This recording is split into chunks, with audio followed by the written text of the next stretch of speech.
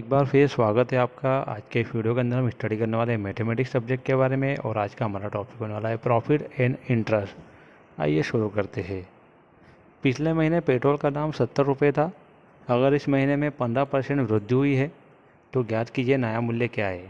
जैसा कि यहाँ बताया गया था कि पिछले महीने पेट्रोल का प्राइस 70 रुपये था और इस महीने जो है 15% उसमें इंक्रीज़ हुआ है रेट में। तो आपको क्या करना है कि ये 70 रुपये और ये 15% इन दोनों को ऐड कर देना है। तो 15% कैसे निकालेंगे आप? 15% ऑफ 70। 70 रुपये का आपको यहाँ पे 15% निकालना है। कैसे निकालोगे? 15/100 इंटू 70। जब आप इसको सॉल्व करेंगे तो आपको मिलेगा 10.5, यानी 10.5 रुपये बढ़ गए हैं इस महीने। पिछले महीने जो पेट्रोल 70 रुपये मिल रहा था अब उसमें 10.5 रुपये बढ़ गए हैं। तो टोटल कितना मिल रहा है अभी? 70 और 10.5 रुपये यानी कि 80 रुपये 50 पैसे। तो नया मूल्य क्या है? 80 रुपये 50 पैसे, जो कि ऑप्शन सी के अंदर दिया गया है। इसलिए 80 रुपये 50 पैसे ऑप्शन सी इसका सही उत्तर है। 500 रुपये अंकित मूल्य वाली एक वस्तु 450 रुपये में बेची जाती है। तो बट्टा और बट्टा प्रतिशत कितना है ये आपको फाइंड करना है। मीन्स आपको डिस्काउंट और डिस्काउंट परसेंट फाइंड करना है। यहाँ दिया गया ये एमआरपी है। एमआरपी कितना दिया है आपको यहाँ पे? 500। और आपने कितने में बेचा उसे? 450 रुपये में। तो कितना डिस्काउंट दिया गया है? इन दोनों को जब सॉल्व कर लेंगे ना तो मिल जाएगा हमें 50 रुपये का डिस्काउंट दिया गया है। तो आपको यहाँ पे मिल गया है 50 रुपये का डिस्काउंट। और कितना परसेंट है 50?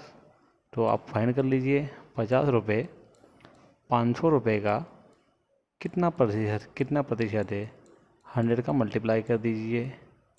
ये आपको यहाँ मिल जाएगा सॉल्व करने के बाद 10%। तो आप देख सकते हैं यहाँ पे 50 रुपये और 10% का डिस्काउंट है, जो कि ऑप्शन ए के अंदर दिया गया है। इसके लिए ऑप्शन ए का सही उत्तर है। एक अलमारी 5% बट्टे पर 6,500 रुपये में बेची जाती है। अलमारी का अंकित मूल्य ज्ञात कीजिए। आपको यहाँ पर एमआरपी फाइंड करना है।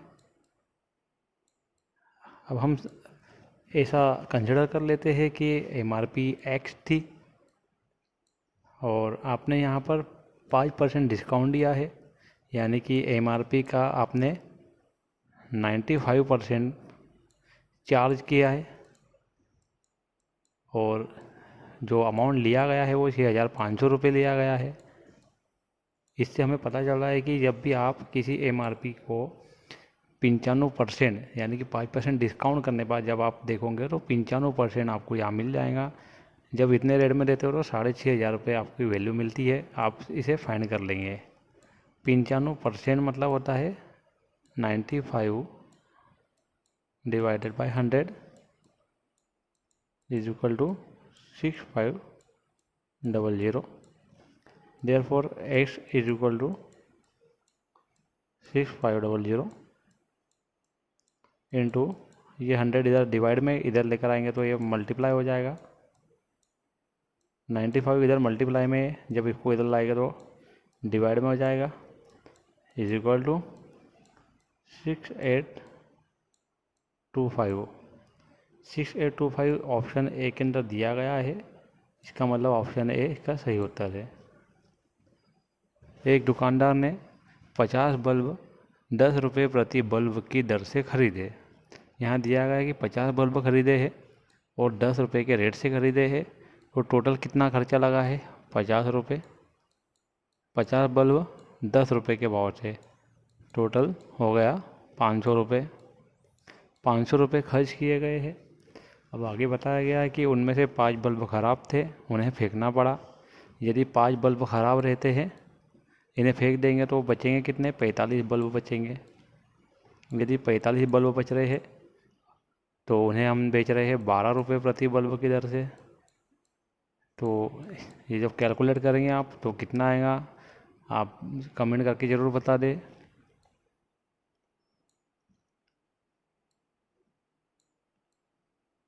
540।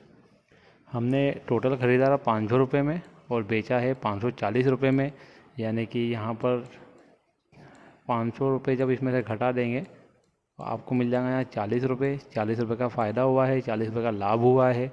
40 रुपये का लाभ दिया गया ऑप्शन ए के अंदर। ऑप्शन ए का सही उत्तर है। एक वस्तु का मूल्य 10,000 रुपये था। 500 रुपये इसकी मरम्मत पर खर्च किए गए थे। यदि उसे 25% लाभ पर बेचा जाता है तो उसका विक्रय मूल्य ज्ञात कीजिए। 10,000 रुपये ऑलरेडी उसका मूल्य था और 500 रुपये उसके अंदर हमने रिपेयरिंग करने में लगा दिए, मरम्मत करने में लगा दिए। तो ये वस्तु हमें कितने में पड़ गई है? अभी 10,500 रुपये में पड़ गई है। 10,500 रुपये हम उसके पीछे खर्च कर चुके हैं। यदि उसे 25% लाभ पर बेचा जाता है तो उसका विक्रय मूल्य ज्ञात कीजिए। यदि हम इसे 25% लाभ कमाकर बेच दें तो इसका 25% कितना होगा हमें ये फाइंड कर लेना है। 10,500 मल्टीप्लाई बाय 25%, 25/100। आपको जब भी परसेंट फाइंड करना है आप उसे ऊपर मल्टीप्लाई कीजिए, अपॉन 100 कर दीजिए तो ये डायरेक्ट वैल्यू आ जाएगा। यहाँ पर आप इसको सॉल्व कर लीजिए। सॉल्व करने के बाद में आपको इसका कुछ वैल्यू मिलेगा, वो आप यहाँ नोट डाउन करके रख लीजिए और सॉल्व कीजिए। जब भी आप इसको सॉल्व करोगे तो उसके बाद आपको एक वैल्यू निकल के आ जाएगा आपके सामने।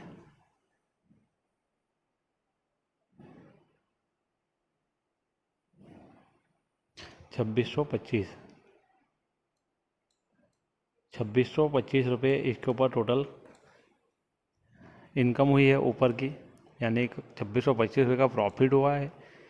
अब 2625 रुपये यदि मैं कमाना चाहूँगा तो मुझे कितने में बेचना होगा? 10,500 रुपये मैंने ख़रीदा था और 2625 रुपये उसमें ऐड कर देंगे। 10,500 प्लस 2625। आपको इसे सॉल्व कर लेना है।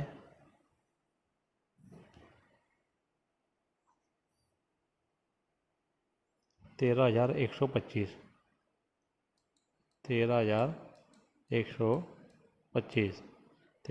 पच्चीस ऑप्शन बी के अंदर दिया गया है। इसके लिए इसका सही उत्तर है ऑप्शन बी। एक कूलर का मूल्य 2500 रुपये था। अगर 5% उस पर टैक्स लगता है तो बिक्री टैक्स लगने के बाद उसका मूल्य क्या होगा? 2500 रुपये ऑलरेडी उसका मूल्य था, MRP था 2500 रुपये। इसमें 5% हम ऐड कर देंगे, यानी कि 5/10 500 इसको मल्टीप्लाई कर देंगे तो हम देखते हैं यहाँ पर कि 125 रुपये इसके ऊपर टोटल टैक्स लगा है। अब ये जो टैक्स है इस टैक्स को MRP के अंदर ऐड कर देंगे 2500 प्लस टैक्स 125, तो ये हो जाता है आपका 2625 रुपये। 2625 ऑप्शन सी के अंदर दिया गया है। इसके लिए इसका सही उत्तर है ऑप्शन सी 2625। एक टीवी 10,000 रुपये में ख़रीदा और उसे 8,500 रुपये में बेच दिया, तो बताओ लाभ या हानि कितना है?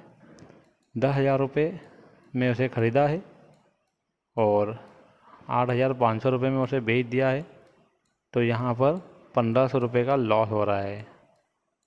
1,500 रुपये का लॉस हो गया है, यानी कि हानि हो गई है।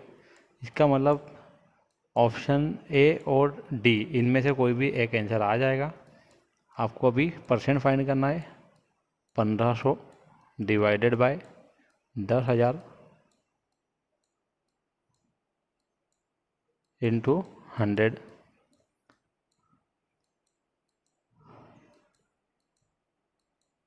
यहाँ आपको बचेगा 15, तो 15% लॉस हो रहा है। ऑप्शन ए 15% लॉस दिया गया है, ये इसका सही उत्तर है। 5,000 की राशि 5% वार्षिक ब्याज दर पर 5 वर्ष के लिए उधार ली जाती है, तो साधारण ब्याज कितना होगा? ये आपका प्रिंसिपल अमाउंट है 5,000। जो भी मूलधन होता है उसे प्रिंसिपल अमाउंट बोलते हैं। ये 5,000 रुपये दिया गया है। रेट ऑफ इंटरेस्ट दिया गया है आपको 5%। और टाइम भी दिया गया है 5 वर्ष का। आपको एक फार्मूला यूज़ करना है यहाँ पर PRT/100। इस फार्मूले से आप डायरेक्टली साधारण ब्याज निकाल सकते हैं। P का वैल्यू जो था वो 5,000 रुपये था, R का वैल्यू 5 है, T का वैल्यू भी 5 है, / 100। आप जब इसे सॉल्व करेंगे आपको मिल जाएगा यहाँ पर 1250। 1250 इसका सही उत्तर है। 3,000 रुपये पर 2 वर्ष के लिए 5% वार्षिक दर से चक्रवृद्धि ब्याज ज्ञात कीजिए। यहाँ ये प्रिंसिपल अमाउंट दिया है, यहाँ पर वर्ष दे दिए गए हैं, ये आपको लिख लेना है। यहाँ वर्ष जो दिए गए हैं इसे हम T बोल लेते हैं और इसे R बोल लेते हैं रेट को। तीनों का वैल्यू आपको दिया गया है। आपको सिंपली ये फार्मूला यूज़ करना है P × 1 +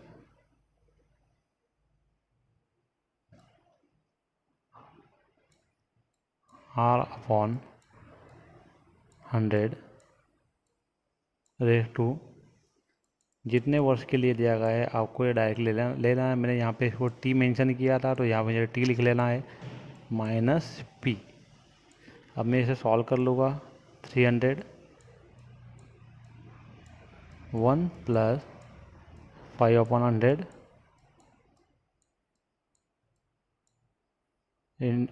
रेज़ टू 2 -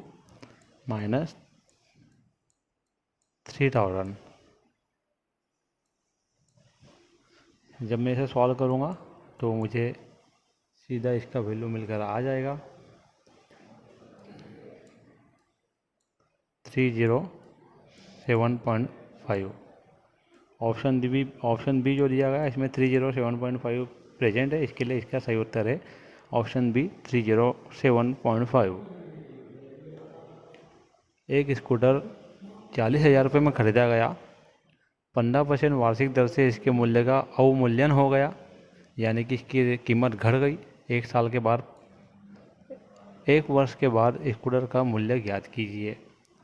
जैसे कि आप यहाँ देख सकते हैं कि 40,000 रुपये में इसको ख़रीदा गया था और 1 साल के बाद इसमें से 15% माइनस करना पड़ेगा हमें, क्योंकि इसकी कीमत 15% कम हो गई है। तो हमें ये 15% फाइंड करना है। 40,000 का 15% कितना होता है, सबसे पहले तो आप फाइंड कीजिए 40,000 × 15/100। आपको जितने भी परसेंट फाइंड करना है आपको डायरेक्ट उसको मल्टीप्लाई कर / 100 कर देना है। आप जब इसको सॉल्व करोगे ये आ जाएगा यहाँ पे 6,000। 6,000 इसकी वैल्यू कम हो गई है। अभी हमें स्कूटर का वैल्यू फाइंड करना है, तो वैल्यू कैसे फाइंड करेंगे? पहले उसकी कीमत 40,000 थी, यानी कि 40,000 थी, -6,000 उसका वैल्यू कम हो गया है, तो कितना वैल्यू बच रहा है उसका? 34,000। 34,000 ऑप्शन डी के अंदर दिया गया है, इसके लिए 34,000 ऑप्शन डी इसका सही उत्तर है। तो आज की वीडियो में फ़िलहाल इतना ही। अगला वीडियो फिर से बहुत जल्दी लेकर आएंगे। हम उम्मीद करते हैं कि ये वीडियो आपको पसंद आया होगा। वीडियो को यदि पसंद आता है तो लाइक करें, शेयर करें और हमारे चैनल को सब्सक्राइब करना ना भूलें। Thank you.